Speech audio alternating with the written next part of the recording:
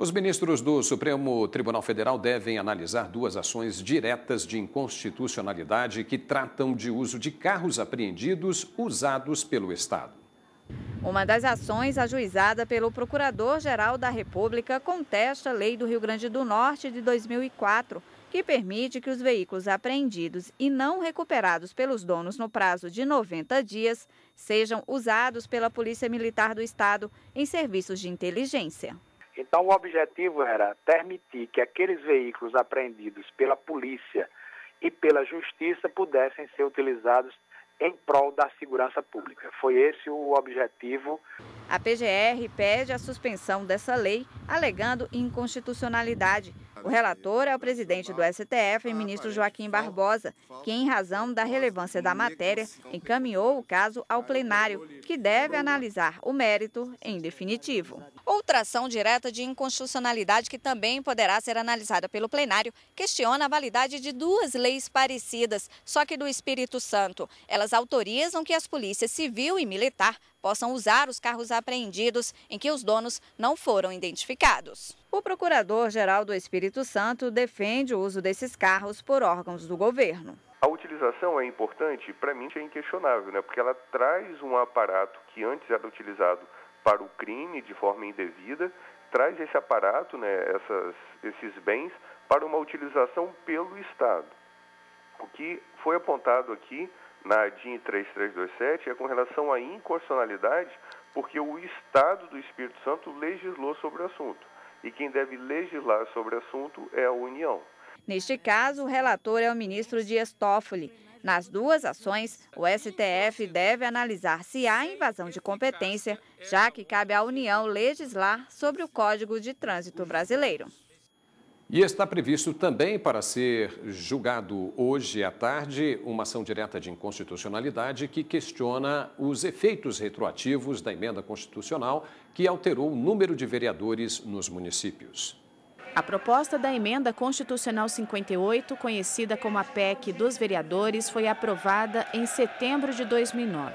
De acordo com o texto da proposta, o número de vagas de vereador no Brasil sobe de 52 mil para 59 mil.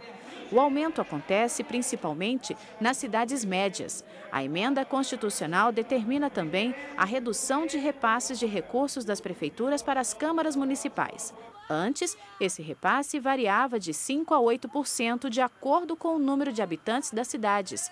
Com a emenda constitucional, o repasse passa a ser de 3,5% a 7%. Ainda em 2009, a Procuradoria-Geral da República ajuizou no Supremo uma ação direta de inconstitucionalidade para questionar um artigo da emenda constitucional dos vereadores. Para a PGR, a alteração não respeitou os limites mínimos e máximos de habitantes dos municípios. Pelo novo texto, o número de vereadores representa apenas um limite máximo de moradores.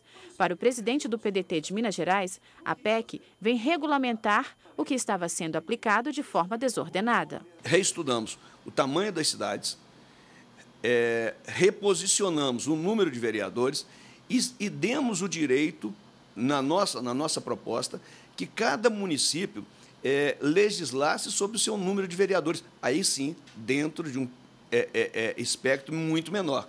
É o mínimo e o máximo para aquele tamanho de município. A ADI questiona a validade das alterações retroativas às eleições de 2008 por afetar a composição das câmaras municipais de todo o país. A Constituição determina que as mudanças nos processos eleitorais devem ter efeitos a partir da publicação e não se aplicam às eleições que ocorram até um ano da data de sua vigência. Outro argumento é que a incidência do recálculo interfere nas eleições já encerradas, obrigando os municípios a recalcular o coeficiente eleitoral para fazer a redistribuição das novas cadeiras no Legislativo Municipal. Vamos voltar a conversar com a consultora jurídica da TV Justiça, Gisele Reis. Gisele, neste caso, a parte da emenda constitucional que está sendo questionada, ela está ou não em vigor? Bom, a grande discussão, Paulo, é no que diz respeito à aplicação retroativa de todas essas regras que foram alteradas pela Emenda Constitucional 58 de 2009. Elas não estão em vigor. E por quê? Porque a ministra Carmen Lúcia, quando analisou essa ação direta de inconstitucionalidade, numa decisão monocrática, ela acabou deferindo o pedido cautelar que está nesta ação direta de inconstitucionalidade. Posteriormente, o próprio plenário do Supremo Tribunal Federal acabou por confirmar essa suspensão. Então, em relação, enquanto não houver um julgamento definitivo desta ação direta de inconstitucionalidade para dizer se é ou não constitucional essa alteração inserida pela emenda constitucional, especialmente no que diz respeito à aplicação dessas regras para o pleito de 2008, então, por enquanto não houver uma decisão definitiva em relação a isso, as regras estão suspensas. E em discussão neste caso estão as regras do processo eleitoral. Qual é a grande controvérsia nesse caso especificamente? No que diz respeito ao princípio da anualidade, existe na Constituição Federal um artigo, é o artigo 16, que prevê que as regras do processo eleitoral elas devem ser aplicadas apenas um ano depois. Então, se houve uma alteração, apenas um ano após é que essas regras podem efetivamente ser aplicadas no processo eleitoral. Então, a Procuradoria-Geral da República aqui questiona exatamente essa mudança, essa aplicação. Já que houve uma mudança na composição das câmaras municipais pela emenda constitucional de 2009, não se está questionando a constitucionalidade dessas mudanças, o que se questiona é a aplicação dessas mudanças ao pleito anterior, que foi o pleito realizado em 2008. Então, essa é a grande controvérsia. A Procuradoria-Geral da República entende que essa alteração das regras eleitorais, ela acaba alterando, inclusive, as próprias forças políticas municipais que foram levadas em consideração no processo eleitoral de 2008, e isso acaba ferindo o próprio processo, devido ao processo legal, no que diz respeito ao processo eleitoral e até mesmo à segurança jurídica. Agora, alguns processos que estavam na pauta de ontem foram transferidos para a pauta de hoje, né? Existe algum em destaque que você gostaria de falar? Paulo, o que acontece? Na pauta constam ao todo 17 processos. Um deles nós até mencionamos no Jornal da Justiça de ontem, que foi uma ação direta de inconstitucionalidade ajuizada pelo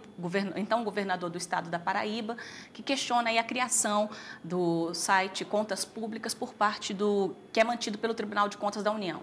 Tem também 2 recursos que vão, onde os ministros, se forem chamados a julgamento, irão decidir se recebem ou não uma denúncia envolvendo crimes previdenciários, sonegação fiscal em crimes previdenciários.